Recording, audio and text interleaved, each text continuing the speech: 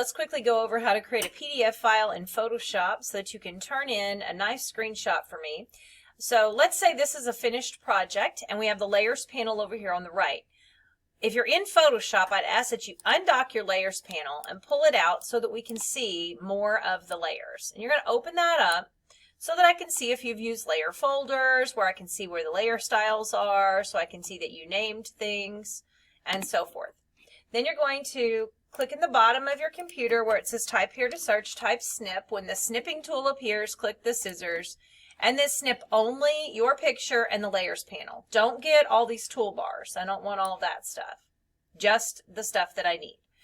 Okay, now if you try to save this, it's only going to let you save it as a JPEG, PNG, and so forth. That's not what I want. I'd like a PDF file. So to do that, you're going to go to File and Print. We're not really printing it. When the printer comes up, you're going to print to File. So you may have to scroll back to the left, but you want to find anything basically that says Print to PDF.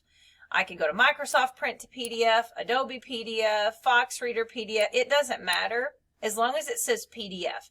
When you click Print, it's going to save it now as a PDF file. Okay, and then whatever I tell you on that particular assignment, you're going to name that upload here. That's going to give you a PDF file, and that will be the format that it needs to be in to turn into Canvas.